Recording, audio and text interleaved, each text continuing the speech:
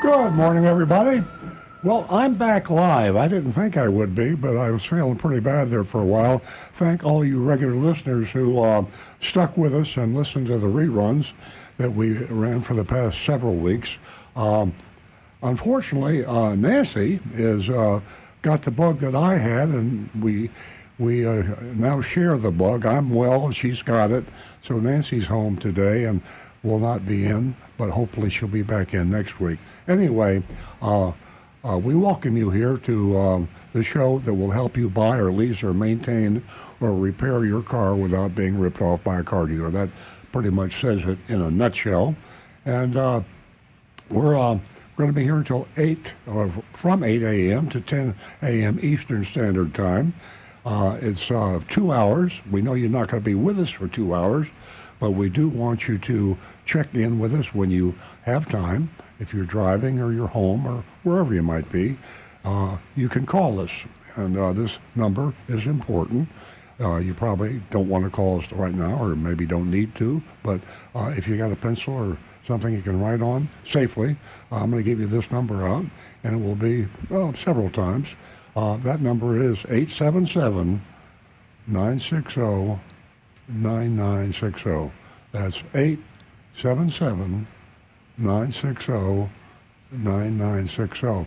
And that is the real live telephone, the old-fashioned telephone, some people would say, that we rely on heavily. This is a live radio show, but we also stream it. And we stream it all over. We're on Facebook. We're on YouTube. We're just online with TrueOldies.com. So you can pretty much listen to us with podcasts. We're 21st century. I mean, we're in there. This is not an old-fashioned radio show, but it's got that flavor. And live radio is really exciting. It's something I think we'll always have with us, because the immediacy of not knowing what I'm going to say, or Stu Stewart, or Rick Curdy, or Nancy Stewart is going to say, not knowing what the callers will say. And we don't censor anything on this show. I mean, if you say something absolutely terrible, I guess the control room will bleep it out. We have a 20-second delay. But outside of that, it's really, really comes from our hearts as well as our minds. And you can't match that with digital. I mean, real live radio. So all we're doing is digitalizing our live talk radio show. Most exciting thing about the show is our mystery shopping report. And it gets old school to us because we've been doing it for 20 years. But if you haven't heard the show before, think about it. How many of you remember Mike Wallace in 60 Minutes? I mean, 60 Minutes is still there, but the old Mike Wallace thing where he suddenly walks into a business. And, the business has been scamming the public, and grabs the CEO or the general manager or somebody and says, hi. Of course, they know who he is, Mike Wallace, and the guy either passes out or turns white or, runs the says other way. No comment, puts the paper in front of his face. That's what we do when we walk into a car dealership. We walk in unannounced, but we're undercover, so they don't know.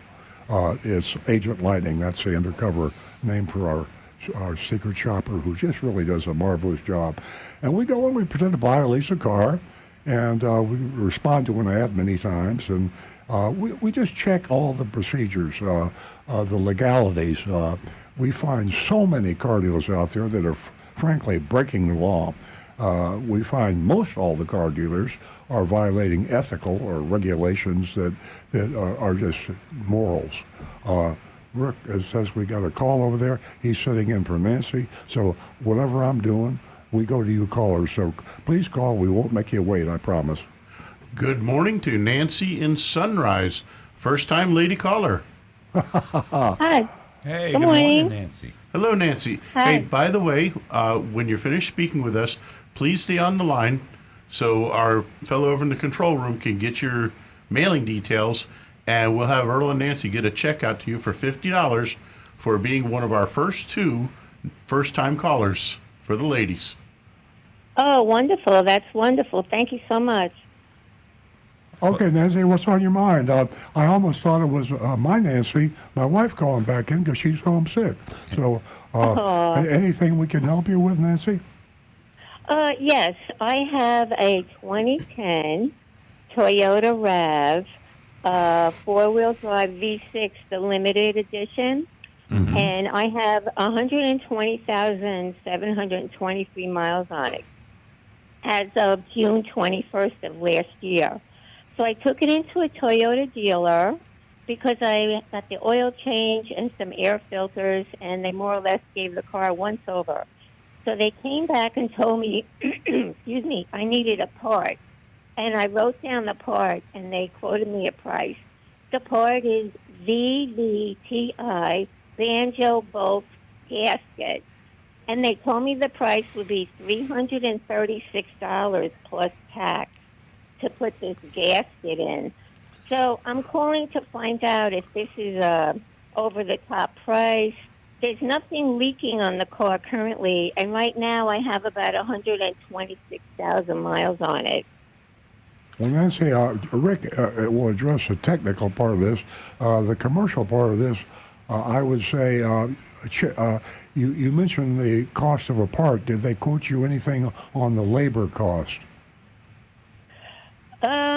I thought this was all inclusive, but I know that's all they told me. The price would be $336 plus the tax. So I'm not sure if that was That would just include the both. part itself, or No, that would include both, probably. If it includes the tax. Yeah. Well, So I'm calling. before go I ahead. turn it back over to Rick, I'm going to say this: you should always check. You're doing the right thing. You're checking with us. For a matter of fact, you could call our dealership and we could give you a quote. You could go to another Toyota dealership or two down there in the Sunrise, Fort Lauderdale area. They'll always get a competitive quote. But meanwhile, Rick can address the issue itself. Nancy, you should bring out your inner Missourian, the show me state. If you say there's no leaks, and they're trying to sell you a what's called a banjo bolt gasket, basically what this is the variable valve timing uses oil pressure, and for a couple of spots they have these little metal tubes that transport the oil from spot to spot on the engine to be able to do this job. And the bolt that goes through it is hollow inside, and it has a special metal gasket that goes around it. Banjo? And it literally kind of looks like a banjo because it's round and then has a little piece that comes off Like the a top tab. of it. So it looks like a banjo that got the neck cut off. So that's where it got its name. But anyways, if it's physically leaking, then yes, it should be replaced. But I would tell them, show me that leak, why you want to replace it. Show me that leak. If they can't show it to you, don't do it. My real advice here, don't go back to that first one, because they should have taken you out to the car and shown you the leak, or shown you a picture of it at the least. Yeah. But I would Right. go to a different dealership or a different outside shop and get a second opinion on it. And for the cost of it, the $330 some you mentioned, the gasket itself is going to be probably $10 to $12 and should require two of them, one for each end of that little pipe, because when they go to take it off to change it, they're usually going to disturb both of them. So they should replace both. And because of where some of those are located, it can be about an hour and a half to 2 hours labor to get to it. So that is an appropriate price. The only thing I'm questioning is whether they're selling you a leak necessity. that doesn't exist, This, right. or Well, you could. Right. whether you actually do have or a you could small ki- leak that's there. You can kill two birds with one stone by getting a quote and also asking for the diagnosis from another dealer. If they check it out and they don't see a leak, then chances are their first dealer was misleading you. Yep. Yeah. Right. Well, I haven't had such wonderful experiences with the Toyota dealerships down by me. So this was another one that I tried because I've been to several other ones and not always happy with their take from me. So I jumped around a little bit, different Toyota dealers. I went to a private shop one time for something, but I guess I get leery with private shops. In my mind, I'm hoping they're putting in the correct part. It's not something used. It's really a Toyota-made part. So that's, what happened with that. And I do have one other question. Thank you for all that information. And I do have another question for you. I'm contemplating getting the wheel covers on the car painted, and I believe they're not aluminum. And my husband doesn't think it's necessary because he said the paint's just going to chip off. But I'm sure if I took it to a body place, they could, do it correctly. The aim is I'm not getting rid of this car. I love it, and I want to keep it until it really comes apart totally. It's really giving me no problem. So I have a couple of people that do want to buy it from me, but I told them no. So I just want to know your take on getting the wheels done. Yeah, I'm one that I like to keep a car for a long time, and sometimes doing something like that to dress it up a little bit makes it like a newer car to you, and it makes it feel more special. So it kind of rejuvenates the car a little bit, even with something as straightforward as just having the wheel covers painted. Yeah. There's another option. Yeah. You can get replacement wheel covers that are like brand new looking, and that really, I don't know anything about painting the wheel covers, but you can look like on Amazon or something for different. It's basically just a hubcap that snaps on. Well, I think it's just the rim itself. Oh, okay. Yours might have aluminum rims. Yeah, I guess I don't know if it's aluminum or steel because this was, my car's a 2010 and it's the special edition, so I know it's not a hubcap. Okay, then those are going to be aluminum rims. Yeah, those can be refinished. Yes, because like we use a company called Turbax. It's Turbax, and they usually deal with the dealerships, but we will send wheels out to them that have accidentally got scraped against curbs, and they are really scratched up and horrible looking. And they restore them. And they send them back in a couple days, and they look better than the brand new ones did. Yeah, it's a lot cheaper than replacing them. Yeah, them. the only drawback is your car would have to stay at the shop because they got to take the wheels off and send them out to this place to be done. But then when they come back, they look spectacular. And it can really, like I say, it can make your vehicle kind of rejuvenated to you and feel great. And this place is through your Toyota dealership? Yeah, but it's an outside company called Turbax, and every dealership and all automotive shops have access to them. Oh, okay. Okay, that's good to know because I really would like to, like you say, dress it up. I always take care of the car inside and outside, so Well, Nancy, stay on the line, and Jeremy in the control room will get your contact information, and then Nancy Stewart, who is out sick this week, but she's still home working, she'll send you a check for $50, and she'll get it out this weekend to you. Oh, that's so wonderful. Thanks so much for taking my call, and have a great day. Thank You too, again. Nancy. And now we're going to go to John in Palm Springs. Good morning, John. Good morning, fellas. How you doing? Doing good. great. What can we do for you? I got a letter. I've had several letters from Earl Stewart, which I bought my car back in 27, in 2017, and I go every 6 months for the maintenance. And this is for a vehicle service contract signed supposedly by Josh Stewart. My question is this thing legitimate? Weeks ago, and we've called Jim Moran and Associates, which is the company, is actually part of the distributorship that ships us all of our Toyotas. Southeast Toyota is separate from the main Toyota manufacturer, but they are genuine authorized distributor.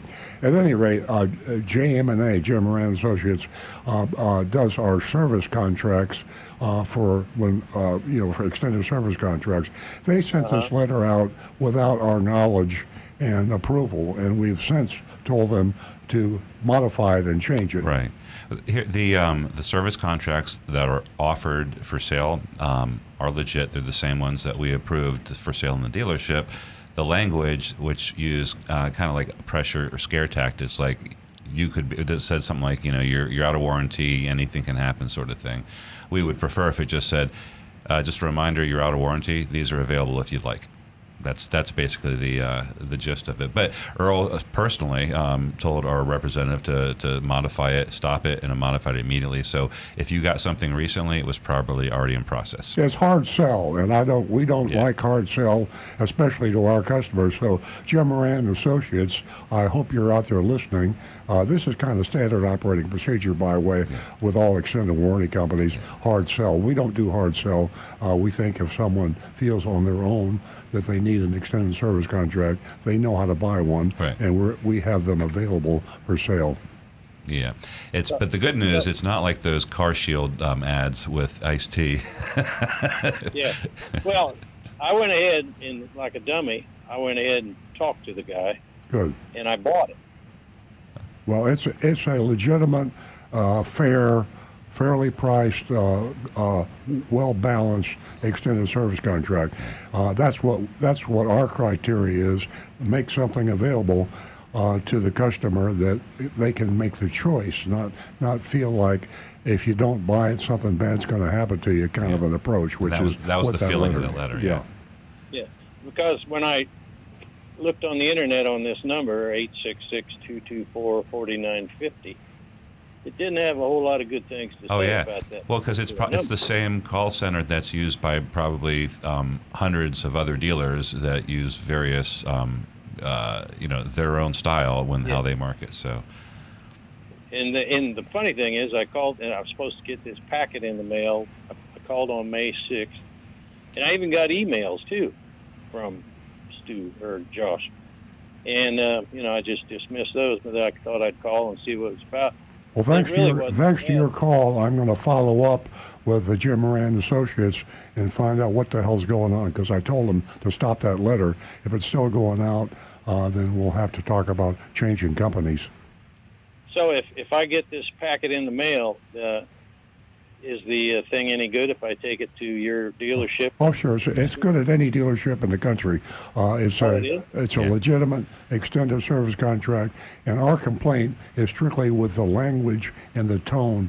It is a high-pressure sell tactic to sell, which happens to be a good extended service contract. We don't need to do but that. we don't like to push people to buy anything, cars or an extended service contract. Yeah, the funny thing is, the guy called me back yesterday, but I didn't catch the phone, so I thought, why would he call me back if he's ripping me off? So, well, he's not ripping you off, but he's trying real hard to get you to buy that contract, because he's probably paid commission. Yeah. Everyone gets sold; he's on commission, so it's I guess you could say that's our capitalist system. The profit motivation sometimes outweighs the moral and ethical consideration. Yeah. Okay, well, let me see if I get this thing in the mail from him. Yeah, I got one more question. Yeah. Mm-hmm. I got a thing in the mail from Palm Beach, Mitsubishi, and it had this little game piece on it, where you tear off these tabs, and if you match something, you get a prize. So it says $5,000. Right. Now, what's the thing on that thing? The thing is the fine print, which is so fine you haven't seen it yet. So get your magnifying glass out, and you'll find out what the thing is. Yeah, it's there. If you study hard enough, you'll find out where the catch is. It's like your father probably told you, if it's too good to be true, it ain't true. Mm. Okay, that's what it's going in the trash. All right. Well, thanks a lot. Thank you, John. Thanks for calling. And now we've got Tricia in Boca Raton, another first-time lady caller. Oh, wait a minute, I beg your pardon. She has called before. Okay. I misread the screen. Hello, Tricia. Yes. Long-time caller, long-time listener, yes. Well, I'm sorry to hear about Nancy. I really wish she feels better, and I'm glad you're feeling better. Well, I'm taking good care of her, Tricia. I bought some Whole Foods Mom's chicken soup, and we had that delivered. So I'm heating that up for her, and I think it's making her better. Of course. I was kind of upset. I was calling last week, and no one was answering. No one answered the phone. I said, what the heck's going on? Blah, blah, blah. So I finally heard your recording that it's not live. But I thought you guys maybe were on vacation, but worse. But, I surely hope that chicken soup works. But I got a little brain teaser for you guys, so I hope you all had your coffee. Okay, this is about my tires again. Oh boy. All right. As you know, I don't know if you remember, I had some nice Michelins on my front, and they wore out within 8 to 10,000 miles, and finally they replaced them, right? I don't know Right. if you remember that. I do. Okay. After a little fight, I did have them rotated. Everything was rotated at 98,000 miles. I have another 1,000 to go for another rotation, but here is the brain teaser. My right front tire is on the outside edge, is very, very bald, as in opposite of very hairy. Very bald, okay? Not the left, okay? The rest of the tire's okay. Now, I just drive, Earl, like I don't drive crazy. I drive, making a lot of rights and lefts slow. I don't do it at 80 miles an hour. It seems no matter what tire I have up there, whether it's a cheap tire or expensive tire, my tires wear out.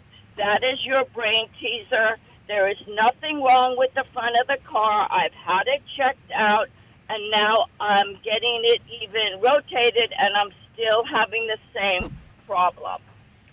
Rick? Don't Google and see if there's any issue with the right front tire of a Honda Fit, because there isn't. We're all It's a staring at Rick right 2016 now. Honda Fit. Don't waste your time Googling. We're not Googling. And you're not going to like my answer very much, but you got to slow down on the left-hand turns. If you think about it, especially a Honda Fit, being an SUV, they are a little bit top-heavy. The center of gravity in those vehicles is higher up, similar to what my pickup has, my Tacoma pickup, and it's a bit higher than a lot of the passenger cars where the center of gravity has been getting lower and lower, closer to the ground. So what happens is when you're doing a left-hand turn, obviously right-hand turns, you're going to slow down quite a bit because they're like a direct 90-degree turn, very sharp, so you can't do them very fast. You have to slow down. Left-hand turns, normally, especially in Florida, these are big, wide intersections, 4 or 5 lanes each way, and as you're doing that big, wide, sweeping left-hand turn, obviously in traffic, you're go with the flow of traffic, and usually traveling quite quickly. That means the weight of the vehicle is being transferred over to the right side, and because you're doing that left-hand turn, it's also going on to that left front, or the right front tire, rather. When it's pushing on that tire, it's causing the whole thing to roll towards that outside edge tread, and that's what's wearing it down. Okay, however, Rick, I am not in big traffic. I am on streets where I'm, on all residential streets, going 20, 30 miles an hour through the streets. I am not in traffic. But even so, here's an experiment. If you really want to try this one, it sounds crazy, but give this a try for like a couple of months and see if that changes that wear on that right front. Do the UPS method. UPS actually came out with a survey, a study, and they had their drivers change their driving patterns to where they did not make left-hand turns. They had them actually plan out their routes to where they made right-hand turns every time they had to change the direction of the vehicle.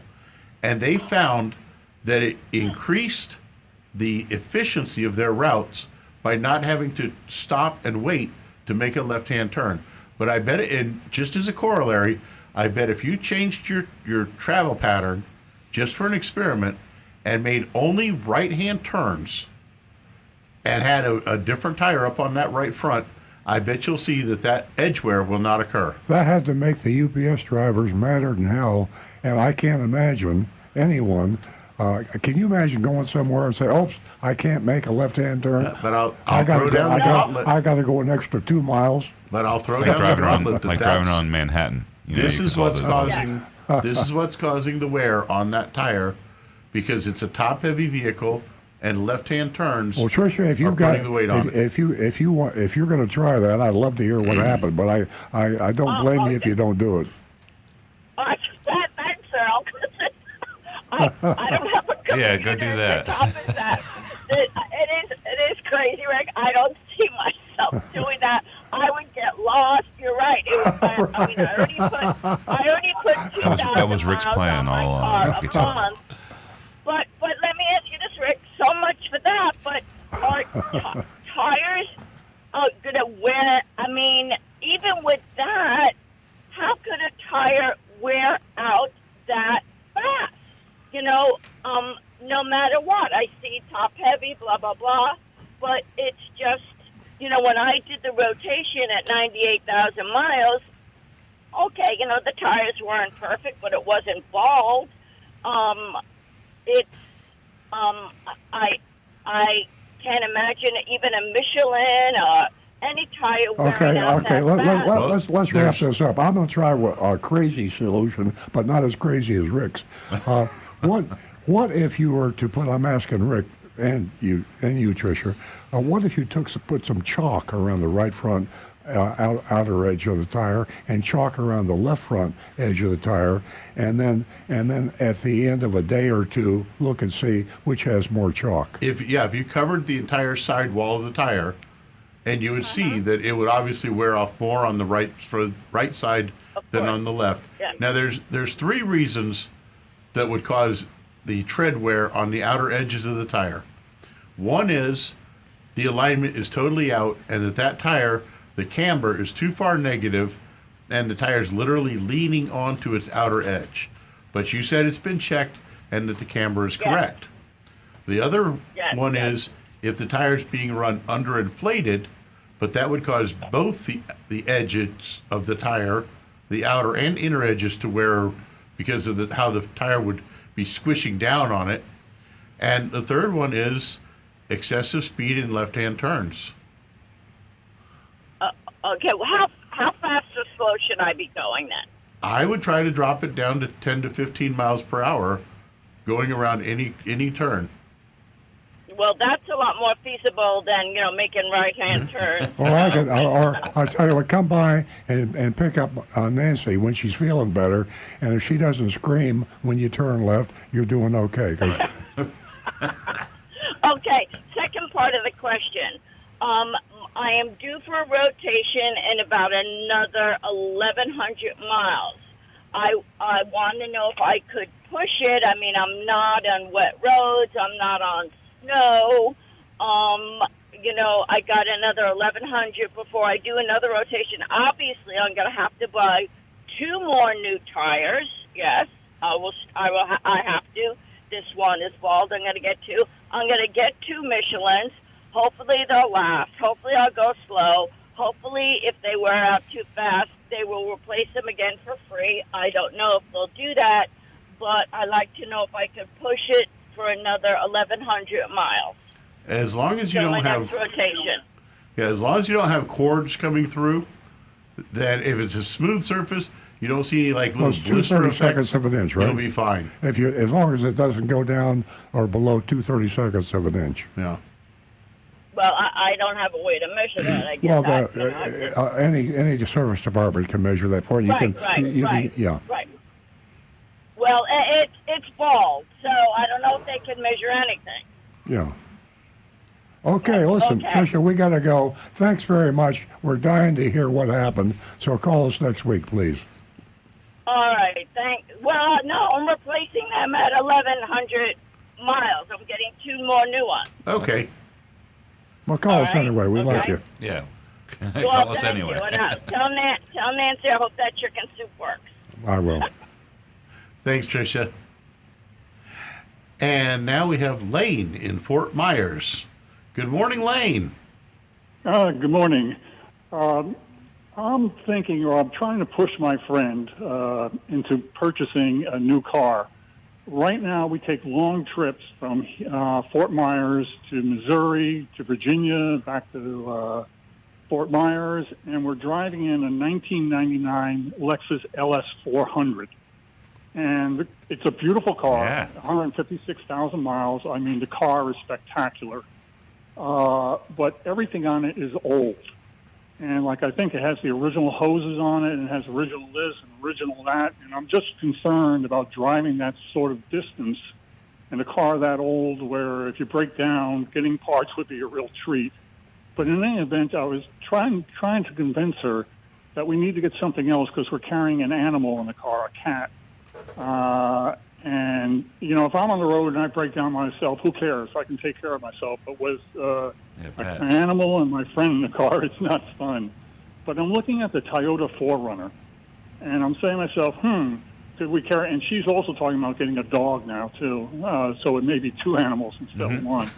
But looking at the Toyota 4Runner, I was Yes. on your website yesterday, and I'm a little bit confused about the car, and I've been trying to do research on it. For suspension, you have KDIS, you have K-Res, you have whatever it is. Can you tell me a little bit about the suspensions on these things? And from what I've read, the only one I want to get is KDIS, from what I read now. Yeah. Well, I just told Rick I was going to handle this question because I thought you were going to ask about dogs in the 4Runner, which I have a lot of experience with. Well, The suspension, that's Rick's subject. But if you want to talk about dogs, I'll follow up. Yeah, the KDIS suspension, my opinion, is top notch. I mean, they're designed. Each one of them is designed for slightly different road surfaces. Some are meant to handle more of slight off road, like going the backcountry roads, the dirt roads. Some are meant to handle situations like you're just happen to be going through Death Valley, like I've seen videos just recently. Apparently, certain highways in Death Valley are almost impassable because the road conditions have gotten washed over with sand and mud and debris. And the vehicle that did make it through was a 4x4 4Runner. And the video was incredible watching it do it. But yeah, personally, I don't think you can go wrong with either of those on the 4Runner. But if you like the specs on the KDIS, I'd go for it. Are there three suspensions, the KDIS, K-Res, and just a normal suspension for that car? Yes. Okay. And it's going to depend on the package you get as to which one comes on that vehicle. Well, I'm looking at, obviously, the 24s are the year is coming out, and they may be coming out with a new car for 25. What's your opinion of the 24 versus the 25, or can you give me an opinion at all on it? Well, the new 25s are coming out now, and they're available with a hybrid powertrain. It's a redesign. It's a lot of the specifications have been improved. Like the towing capacity has come up. The gas mileage is roughly the same, I think, on the mileage. Which let me jump in and say this. Just remember, whatever car you decide, when you get a brand new model, there's always bugs, even in the best cars. If I were you, I would not go for the very first 25 that came out on any model. I'd prefer to stick with a current model that hadn't had a major change in a couple of years. That way, the bugs are fixed and the recalls and all that kind of stuff is taken care of. And you're talking about taking a long trip. yeah. Yes, But I was also agree going with to you on say you're roughly going to get the same gas mileage as your 99 Lexus. That's about the same, around that. 20. So, Yeah, it's no, actually, to be honest with you, that 99 Lexus gets 28 miles to the gallon on the highway. Wow. When she's not pushing.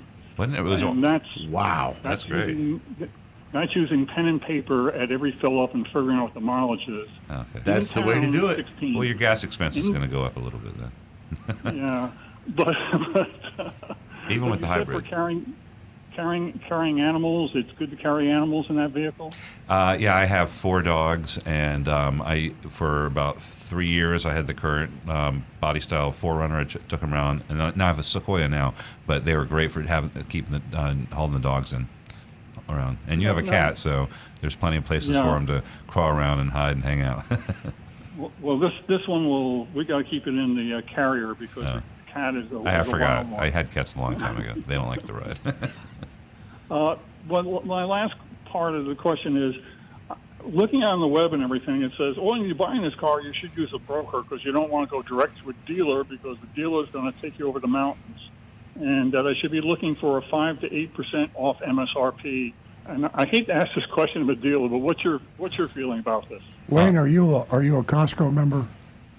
Yes, I am. Okay, you just answered my question. I answered your question. Costco auto buying program, you can't beat it. And you can check different zip codes, your zip code, or even go out of your zip code, find out who the Costco approved dealer is in that area for the make you want to buy.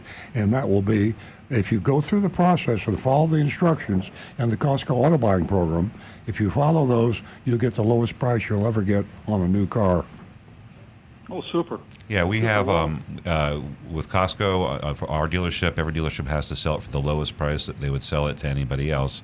And in some cases, and you're absolutely right, the Toyotas are going to go for below MSRP in many cases, but some dealerships are still, actually a lot are still playing some games. So just use the Costco program, and I think, like Earl said, you can't lose. Since you're driving the 4Runner with the animals, what's the ride like? Is it like the LS400, or is it really noisy and bumpy? I had the TRD Pro versions, which have like off-road tires and higher the little bouncier suspension. It's not going to be like driving your Lexus. It's a louder, bouncier, noisier ride. It's still on a truck frame platform. Yeah. Alrighty, well, I may be coming back to you just to look at more of these cars. Like I said, I haven't even driven this car yet, and I'm trying to convince her to buy it. Okay, good luck. Alrighty. All right. Thank you very much. Thank you very much. You got it. Thanks, Lane. Bye. And now we've got Bob in Lake Park. Good morning, Bob.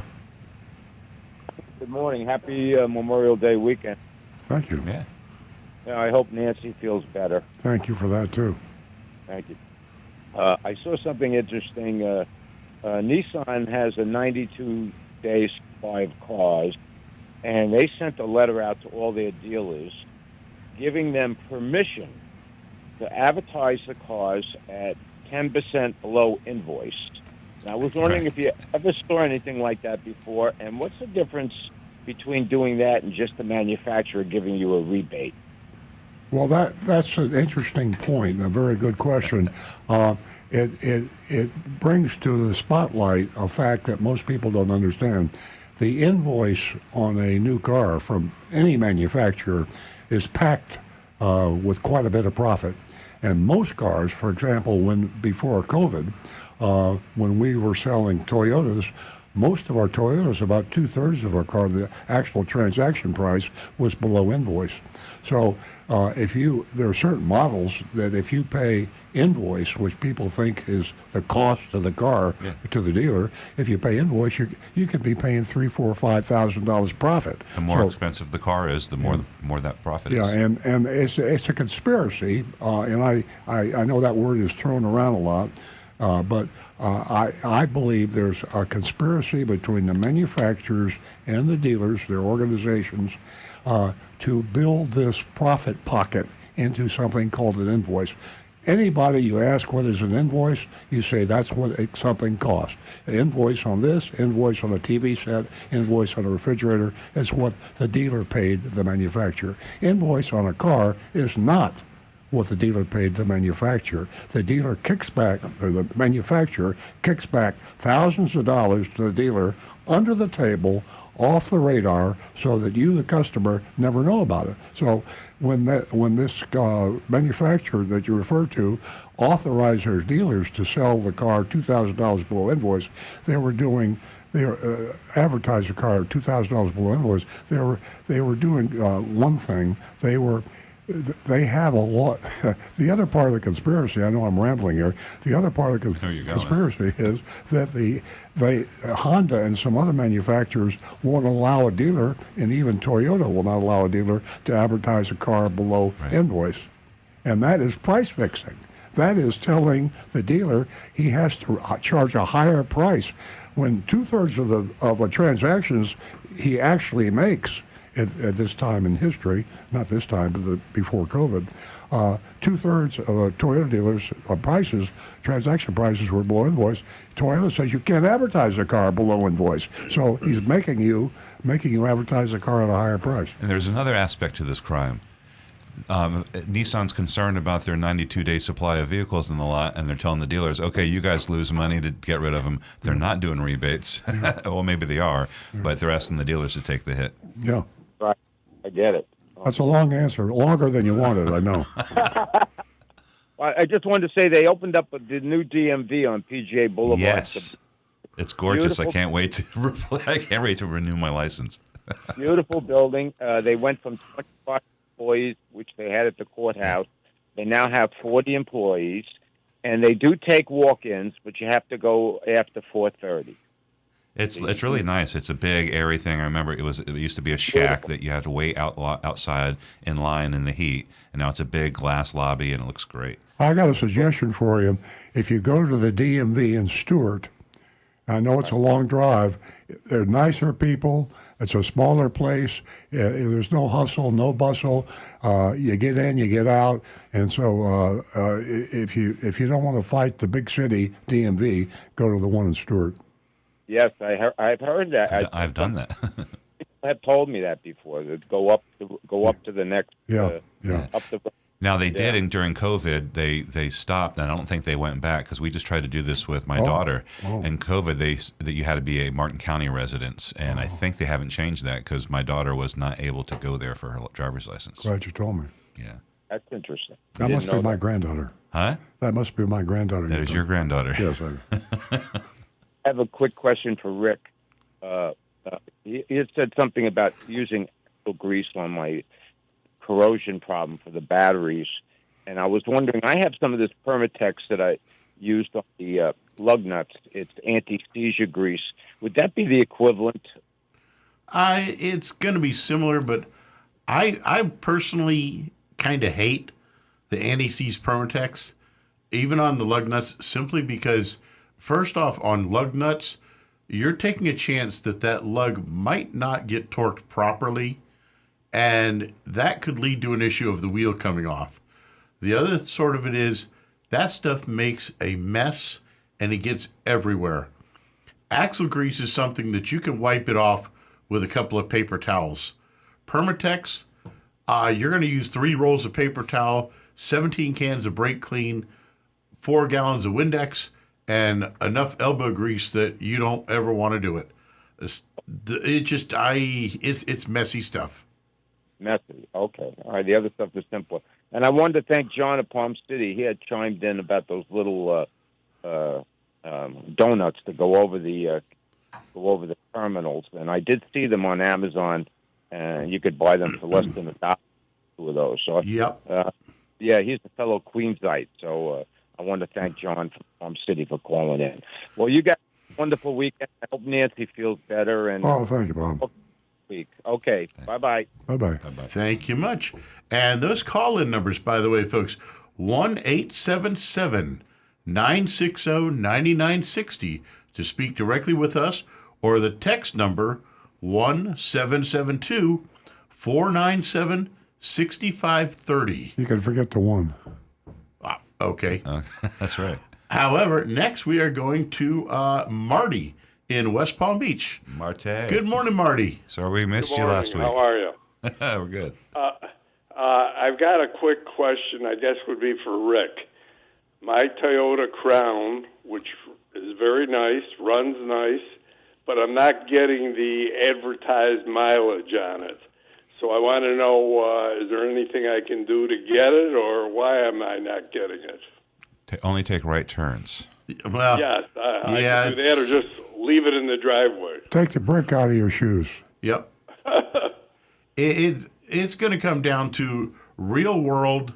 You're never really going to get the same economy that they advertise with that, because they do that on a special test track. Very close Wait a minute. conditions. Now, I'm going to brag on you, and you're making an excuse for Bob, or for Marty. I guarantee you, Marty, I'll bet you. Put some more air in the tires. I'll bet you lunch that if you bring your Crown in and let Rick drive it home and back one day, just enough time to get the measurement accurate in a gas mileage, he will get the gas mileage that is guaranteed on the sticker. It's just a question of how you drive the car, and maybe he can give you a few tips on how to drive. If you want to get better gas mileage, Rick can show you how to get better gas mileage. But just bear in mind, I'm not really quite right in the head, so yeah, I drive in a very exaggerated We've been manner. trying to keep that a secret, by the way. But I can maximize fuel economy, but other people around me on the road will hate you. They don't like me much. Yeah, when you hypermile, you can do that. You can ease off. You can take every advantage to use momentum. We weren't kidding. We've always advised putting more air in the tires. Yep. But you can, like you said, exaggerate the coasting distance, and you can get above the estimated. But like Rick said, you're going to get a lot of honking. Even and down to bad the looks. simplest method of making sure that you're not carrying anything in the car that doesn't need to be there. Yeah. Even a couple of like books. Like I say, Turn the it air off. runs very nice. I have no complaint about that. And, like right now I'm getting maybe 36 miles per gallon, and it's supposed to get 41, I think. So, I mean, it's not a tremendous thing, but... Well, and bear in mind that right now we've got some incredible heat for the past couple of weeks. So every time you're running that air conditioner, it's going to use more gas to try to get it to that temperature because it's hot out there, folks. What is it, like 5 miles per gallon? It can. it's about 5 less. Yeah. Well, I'll tell you what I did. I put it in that eco mode for a day, and I didn't think the air conditioning was working as good. Well, that's how they So do it. Yeah. I put it back to normal, and I just keep it on normal. Yeah, eco's no good in the summer these days. It's going to be hot. Thanks for the so call, Marty. Appreciate it. I guess I got to live with it. Yeah. All right, have a good holiday. All right, Marty, you too. Thank you much. And next we are going to Chris in Davie. Chris and Davey. Hey, Chris. Hey, good morning, gentlemen. Thank you for taking my call. I have a touch of laryngitis, so please bear with me. The previous caller just now might have answered my question. I just brought my 2013 Ram pickup truck, 150, 6-cylinder, into the shop a month and a half ago. I had a thermostat replaced and the brake modules. And prior to that, yes, sir, prior to that, I was getting, oh my gosh, 17.9, 18.1 miles a gallon. And now I'm getting like 15 and a half, 16. And I'm just wondering, again, like I said, you had just mentioned about running the air. Yeah. And with this heat, I don't know. And I'm just wondering if something wrong there where when they put in these parts, I don't know. Well, one thing they may have done is there are two places on your vehicle where you'll find the tire pressure for the air pressure. One is on the sticker on the door jamb of the vehicle, and that is what the manufacturer says is the lowest pressure that you should be running in your tires. Except they don't say that. They say Right, they just say recommended. this is our recommended pressure, but that is the lowest number you should run. On the sidewall of your tire is the number that is the tire manufacturer says this is the maximum safe pressure that you can run in this tire. Now myself, I drive a pickup truck. I don't mind having a bumpy ride because I'm in Florida. We got horrible roads, so yeah, I deal with the bumps. It's fun. I will run the maximum air pressure that my tires can safely handle, and because it's got better air pressure, it's higher, that gets me better fuel economy. And the other thing is, and Google this, and you'll find tons of videos that give great advice. It's called hypermiling, and basically what you're doing is you're finding ways to change your driving habits to increase your fuel economy.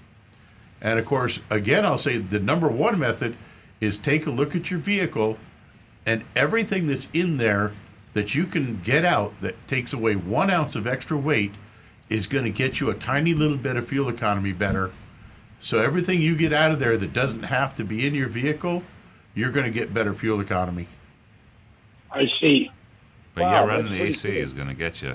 Yeah. Yeah, and I'm not a normal big AC runner. I like the fresh air, but again, what we're experiencing right now is like, oh my gosh, No, it's- 110 degree index. It's dangerous. So I got the air running constantly. Yeah. Yeah. Okay. Well, then that's. I appreciate the great advice, and thank you very much. All right. Thanks for calling. 877-960-9960. That's our number, 877-960-9960. Do we have any more? And we do indeed. We have John in Palm City. Good morning, John. Good morning. Hey, Gas John. mileage is on my mind. I want to let you know that for this summer, you've heard of summer gas. Summer gas means that the manufactured petroleum companies are not allowed to put ethanol in the gasoline for the summertime. The Biden administration, 8 states, Midwestern states, petitioned them and said, we were against this and we want to put it back in again. So it was too late to do it for 2024, but for 2025, the summer gas will be back in again with ethanol in it. So I just want to mention that. And also, basically, does anybody know the difference in the summer gas that no ethanol in it, that there's better gas mileage? I can't say that the non-ethanol is going to get better fuel economy. It is going to be a little higher octane, so you're going to see a little less possible spark knock. And by having reduced knock, you're actually going to get better fuel economy because the engine's not going to retard the timing as much. Okay. It'd be a minimal amount, but you would see a little bit. Let me ask Rick a question. On your Tacoma, can you tell me what octane you use and what brand gas you use? I normally buy Costco if I happen to be close to them, and I run the 87 octane. I run 87 in my Tacoma and in my wife's 2019 RAV4, and no issues whatsoever. That's my point also. You mentioned Costco. I would only get it at BJ's or Costco or Racetrack. And Rick will agree with me. The reason is when you buy from that source, they constantly check their tanks that there's no water inside your gasoline. Rick will tell you what a problem that is if a car comes into his shop and they went to a station that had gasoline, water in the gas. There's nothing but problems. Oh, water causes havoc with the engines. When you go to these large corporations, that's not franchised, it's run directly by them. There's a very strict standards that they constantly, almost daily, check the tanks that there's no water in it, and if it is, it's shut down and they're corrected. By the way, speaking about national chains, if they're so sure that the electric vehicle will be 100% in power, why in the world are they spending so much money, including just 3 Wawas open up in Stewart area, in Port St. Lucie, brand new? Why are they spending all that kind of money? In my opinion, the future is not going to be in total electric. It's going to be hybrid cars. So that's just my guess, because these companies are not spending this kind of money to put up a brand. The latest station is in Port St. Lucie Boulevard and Citrus Boulevard, brand new station, and it's what's going on is unbelievable, because you would think that the amount of gas stations would be decreasing, and instead of it's increasing, and the Wawa stations are a house on fire because they not only have gas, but they have food, and it's supposed to be Pennsylvania Dutch cooking. But I just thought I'd mention that because how in the world is the oil companies thinking ahead and still building these direct stations? Yeah, Wawa is a very smart company, and I agree with you, John. I think they see the way the hybrid is going to dominate for many, many years, and They're apparently very bullish on selling a lot of gas. They also, of course, have electric vehicle chargers, and but the name of the game for Wawa is a gasoline hybrid combination, and that's what's going to be the main number for the next 10, 15 years. Well, the ones I'm down on is that if you use your charge, it's another 8 to 10 cents a gallon additional, which is ridiculous, really, because the charge card companies, have actually lowered the cost for vendors. Yeah. And in the meantime, some of them will even put a 7-Elevens. If you leave, there's another like $50 or $75 charge until they find that the charge card that you use is legitimate and it wasn't stolen. So that's my objection, to go to a station that charges another 8 to 10 cents a gallon just for the privilege of you using your charge card. Yeah, it's a bait and switch advertisement, pure and simple. You see the big sign on the road, and you whip in there, and who doesn't use a credit card now? So it's bait and switch advertising, just like the car dealers. Yes, I agree with you. Just thought I'd mention the summer gasoline, but for 2024, there is no ethanol in it in a summer gas, but it will be for 2025. Okay. Well, thanks very much, John. I really appreciate you. As usual, you're the most informative caller I could think about. There's some on YouTube that rival you, but as far as the telephone, you're number one. Thank you, guys. Thank you. Sorry, Marty. That's good. And we are going to Bob in Pompano Beach. Good morning. Thank you, guys. My daughter has a 2016 Toyota 4Runner, and the door handle came off on the back. And went to the dealership in Hollywood and Toyota, and they said they wanted $1,100 to replace it. Oh. So she's a school teacher, doesn't make that much money, but so she just put some plastic over it for about a month. So she goes, a funny thing, she goes to I think it's a Chipotle to get some food, Yeah. And the kid in the drive-through said, why don't you replace that door handle? You keep coming here. You're going to get water in there, and, So he said, it's kind of expensive. I'll wait till the summertime to do it. He said, no, you just replace the handle. You got the handle, I think, some phone number, and replace it for like $10. And, well, why did the dealerships do this? She'll never go back to that place and a Toyota dealership in Hollywood again. It's so stupid, Be fair. Maybe charge $100, the labor and little $10 item. Well, the guy that was trying to sell to you, he's on commission. He gets a percentage. The higher the bill, the higher the price of what you buy, the more money you make. So it's a combination of the capitalist system and morality. If you have a guy with low morals and ethics that's on a strict commission, watch out. Earl, you're right. I know. I mean, I was born at night, not last night. I agree with you, but. The sad part about it is it's not just the dealerships. I go to a eye doctor, and they keep pushing this cataract surgery. And I'm pretty friendly with people in the medical profession. I was in it myself and retired. And I mean, it's not necessary. A lot of cataract surgery is just pushed, and it's something that can lead to problems in the future, dry eye or whatever, unless you really need it. But there's a lot of areas out there in the medical profession, all over, that do this. And I think an outfit that really is honest and is fair and treats people the way they want to be treated, they'll do the best. Anyway, I don't want to take your time up too much. You have a great show. Thank you very much. Thank you. Thank you. Bye-bye.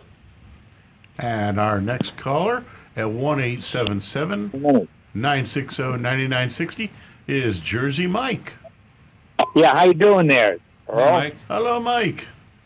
Hey, listen, you and I got some shared old times with our hot rodding, if you recall our conversations. In any case, I got a couple of questions. Is there any way to find out? The first question, most important, is I know how you advise about not purchasing a car because of the shenanigans that goes on in South Florida. I understand that clearly. You did advise me to take a look at CarMax up north, maybe up near Sebastian or northern part of Florida, or maybe even go to Well, Georgia. CarMax is honest all over Florida. They're an independent. They're not. Their corporate rules apply to all the stores. But go ahead. Okay, well, you gave me a name. It was Free something or other in Georgia. Free the town that is free something or other. Free borough, free land. Because I'm looking to buy. Stu just walked out of the studio, and he probably would remember. I don't. Rick is Googling something over here. You may solve the question this way. If I lease a vehicle that's here in South Florida, I know how leases work. I've done it before. They're a lot less expensive, and if something breaks down between now and the time, your lease is up because you don't own the car. They're repairs for free. That's the benefit of having a lease versus a large down payment. You can put a down payment if you want, but sure. Does it matter if I lease that vehicle right here in West Palm Beach? Because they have 3 of them over at Bremen Chevrolet. Yeah, here when you lease a car, you should buy it first. Now, what I mean by that is, leases are complicated. There are a lot of variables with the rates and the residual. The administration fee, it's more difficult for the consumer to get a good deal on a lease than it is a purchase, and because it's more complicated. So the lease should be based on the purchase price of the car, and the lease contracts it's referred to as a capital cost. So your capital cost determines the rest of the lease of the car. So don't even say you're going to be leasing the car. They look at you like they start to salivate, the car dealers, when they say lease, because the average profit they make on a lease is a couple $1,000s more than a purchase. So, but go in there and do your due diligence like you've learned on this show, and you can use a Costco auto buying program. You could use TrueCar. You could use Consumer Reports. Get the best purchase price, and then say, I've changed my mind, I want to lease the car, and this is a capitalized cost. What is the lease payment on this capitalized cost? That way you eliminate a lot of the shenanigans that they can pull on you to get a big fat profit on a lease. Well, what I'm going to do is I'm going to say, I want to know out the door price. I'm going to ask that. There you go. Good. I'm going to bargain on that number so I can eliminate the $3,000 to $4,000 junk fees. And if I'm successful, and I probably will have to go to the manager after the salesman hears me, the sales manager up in the booth, Yeah. But anyway, if I do that, I now have the actual out-the-door price. When I have the out-the-door price, I'm not going to say I want to buy. I'm going to say I want to lease it. Yes. Because that out-the-door price is the price that you should lease it at, which is going to be substantially lower than if you just said, okay, give it to me for whatever it is, whatever your lease price is. Exactly. And look on the lease contract and be sure that out the door price you got is in the line labeled capitalized cost. That's what they calculate the lease payment from. Okay. Does it matter if I get it here then in Florida or whether I get it in Tennessee? I would get a couple of different, unless this is a manufacturer's lease. If you're buying a Honda and Honda Leasing is handling it, then you're good to go. But if it's not a manufacturer's lease, the dealerships can go to different sources for leasing. They can go to a bank and other sources. Generally, they use their manufacturer's leasing. I can go to my own Navy Federal, which is a you're a member of that bank as opposed to just a client. Get a good deal there. Yeah. You'll get your best deal if you do it that way. Last question: which has got lower sales tax, Tennessee or Florida? Is there a way I can find that out? Google. Rick will Google that right now. Lower sales tax in Tennessee or Florida. I've gravitated from Google to ChatGPT as AI, and that. .com because they don't sell my information, whereas Google does. Yeah, but we'll have a number as soon as the. Then I can get off the line and take somebody else, and when you get the info, just please broadcast. I can hear it. Tennessee is 7%. Florida is 6%. There you go. maybe the 1% is better yet getting it there because then I can go to a local dealer when I have a problem with it. But of course, if I buy it here, it doesn't matter because I can go to any dealer if it's leased, correct? Mm-hmm. Yeah. Okay. Thank you so much for that information. I sure appreciate it. You're very welcome. Call again next week. Thank you so much. 877-960-9960. That's 877-960-9960. Or text us at 772-497-6530. That's 772-497-6530. And our next caller is Lynn in Boynton Beach. Hey. Good morning, How are Lynn. you? Hi, and I have my husband Tom here with me also who has a question. And I'm going to put him on first, okay? Hey, Tom. Hold on. Hello. Hey, Tom. Hey, Tom. Hi, how you doing? Great. Yeah, we have two Mercedes GLK 350s, 2015, the last model year. Yeah, I was wondering what does it say? Auxiliary battery malfunction has come up on one of them a couple of times, and I was wondering if you could tell me if that's like an emergency thing I should get to or what. Rick? I'm sorry, one more time on that. I was checking some messages on YouTube here. He gets a message on his battery, a warning light on his Mercedes. What is the exact verbiage again, Tom? Auxiliary battery malfunction. Auxiliary battery malfunction. Oh, and is this I'm assuming a hybrid car, yes? No, it's just a GLK Mercedes. Really? 350. Okay, Yeah. They must have a separate battery system or something. I would have that checked out because you don't want to take issues with a battery situation, especially here in Florida, where a battery can be good Does today. he have to take it to a dealer, and or can tomorrow he find die. out? Can he find out what that message means without having to go to a Mercedes dealer? Because they get an arm and a leg at Mercedes dealerships. And here I'm going to go to my old standby. I would immediately go on the internet to Mercedes-Benz owners forums, find a local forum of Mercedes-Benz owners, and ask them. And I guarantee you there's somebody out there that has that information and can give you much better, they've got the direct in and they know what they're talking about. My other one that I would recommend checking with is, the name of it I think is Premier Auto Repair on US 1. It's just north of Good Samaritan Hospital. And I see them working on all sorts of high-end luxury cars. And, I mean, when they're working, their outside lot is full. Let me with all kinds interrupt. of I great just cars. got an answer from ChatGPT. An auxiliary battery malfunction in a Mercedes-Benz vehicle typically indicates an issue with the auxiliary battery system.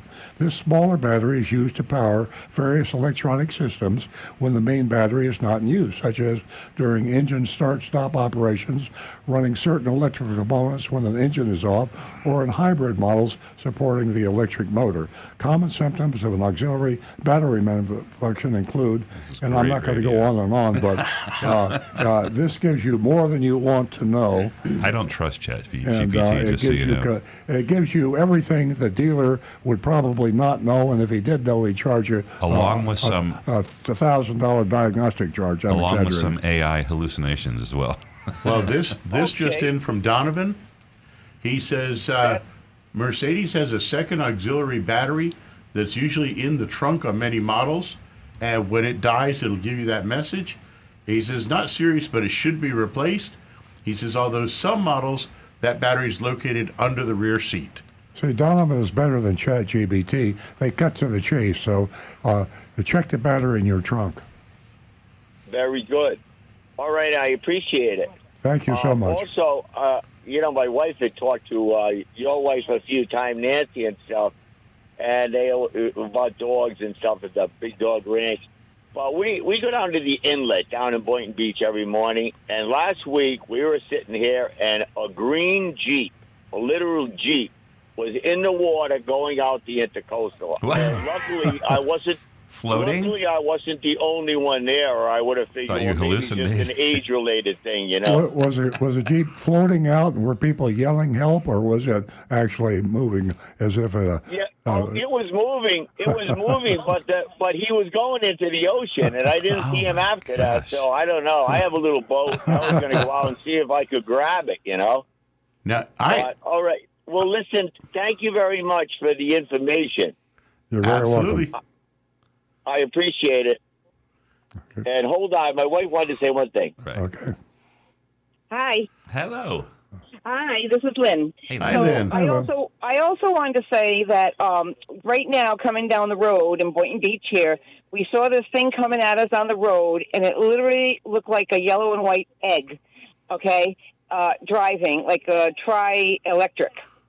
Tri-wheel, electric car thing, but it was to the road and real low, and it looked like an egg. It looked like an eggshell or something they had in some of these little races in Europe or something. Wow, you know what I mean? That's the new Toyota omelet.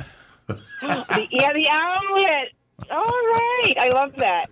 But I love to tell you guys these things that we see on the road because some of them are just amazing. You know what I mean?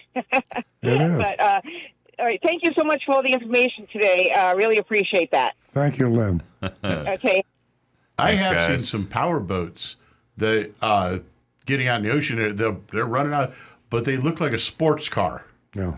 And it's a boat, but designed to look. I never seen a Jeep do that. I've never seen a Jeep.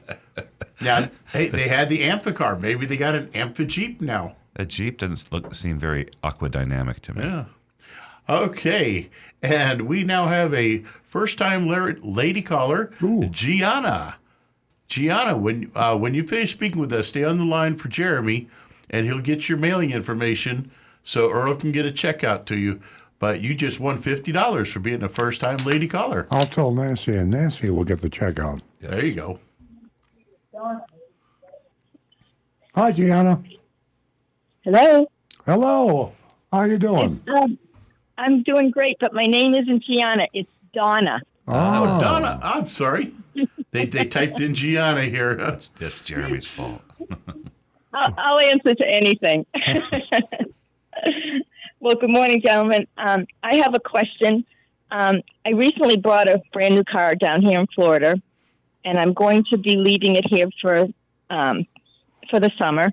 I'm going back up north to work, and I was wondering if you could recommend a car coverage cover or something that, I see a lot of people covering their cars with these particular covers, but wondering if they harbor moisture, if different color is better than a black one or as opposed to a gray one. If you look, I've only done this in response to, we've had questions about car covers on the show before. And so I go to Amazon because, auto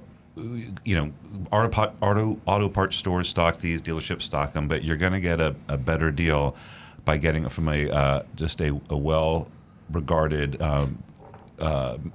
supplier on Amazon, and you can go by the reviews and I'm looking on right now, and they range from $30 to $70, and so and some of them have great reviews with tons of them. There's a manufacturer called Kame or Kame, Kayme, and they have they call them 6-layer car covers, and they're waterproof, UV protection, and they look very lightweight, and and those are on the more expensive side, but that's $65. So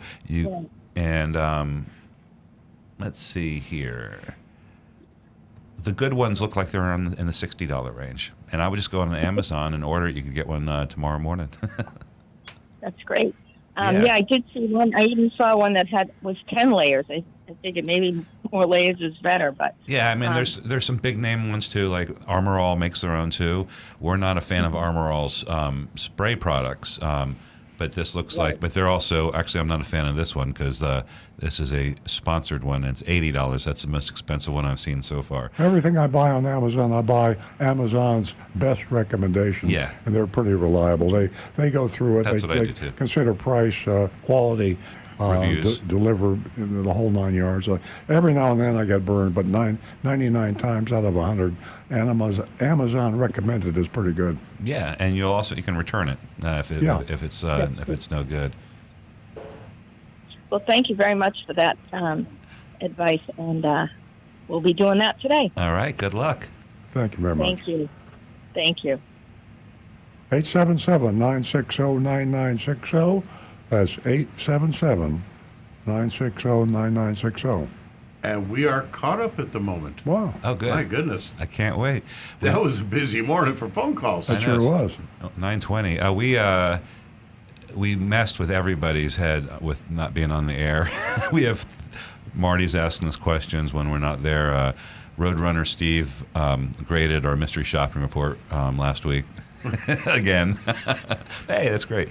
But I got a good one from Gary. Sent this in this week, prior to the show here, and it is about it's a news story here right here in South Florida.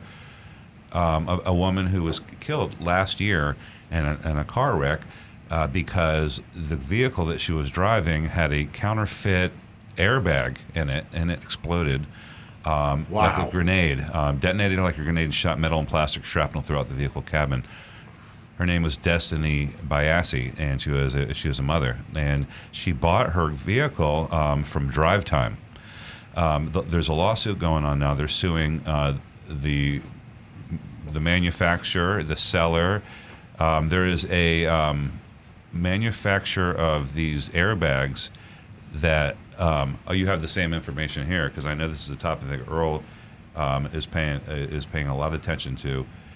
There's an actual Chinese company that is known for putting these things out in the market, and Drive Time's being sued. We've mystery shopped them before. We've mystery shopped them for Takata airbags before, and let's just say, without me looking at the records, nobody did well in South Florida.